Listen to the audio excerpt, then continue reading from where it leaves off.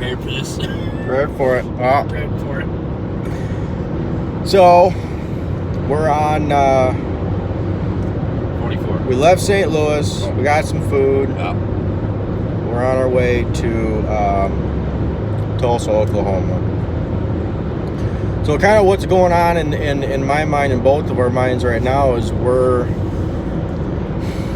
what this started out as is we were originally going to go to Arizona just to knock on doors and find the right opportunity. We got linked up with a guy out of Tulsa, Oklahoma, and really we didn't get much. I talked to him on the phone very briefly.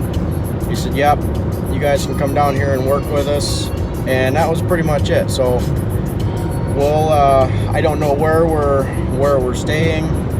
I don't know anything more than the guy's name. I don't know anything, and then everybody's gonna travel down to Texas and work from there.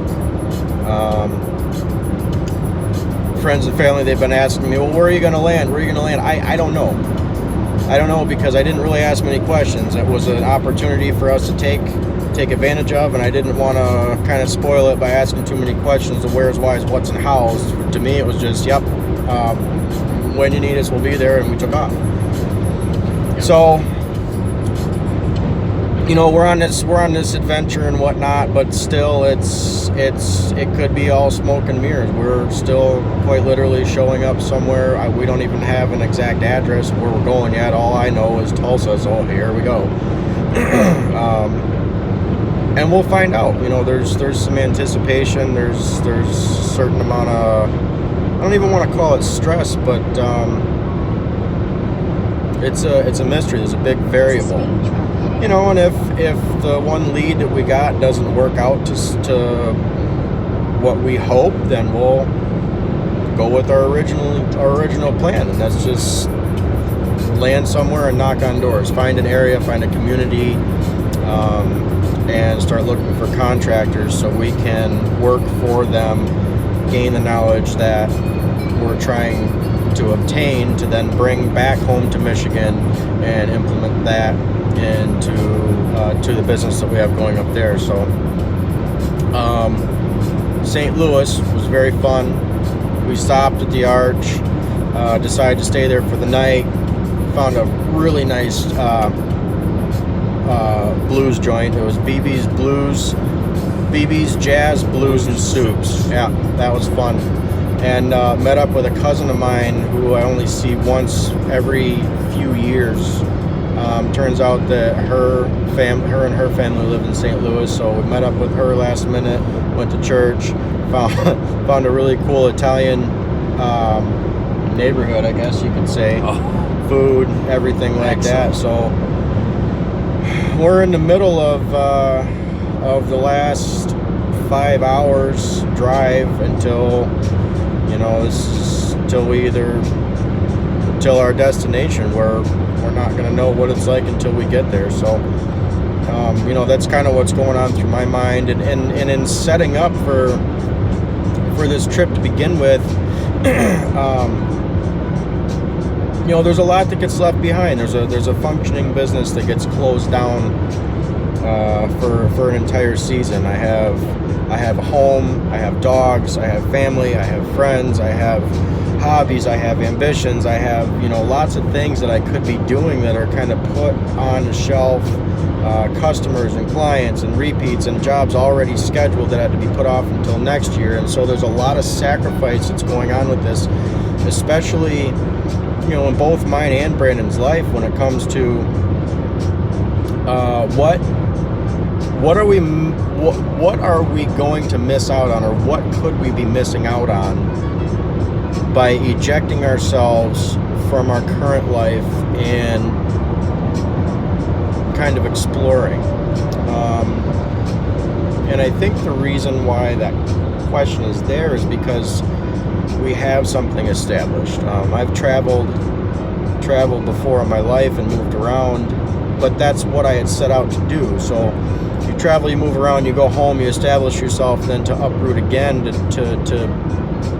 go on an adventure. Yeah, it's exciting, but you know, what if something were to happen to a family member, a friend? even pets. You know, I'm not married, no kids, but I have pets that are very valuable to me and mean a lot. And so there's the what if factor that kind of dictates a lot of people and the decisions they make in life.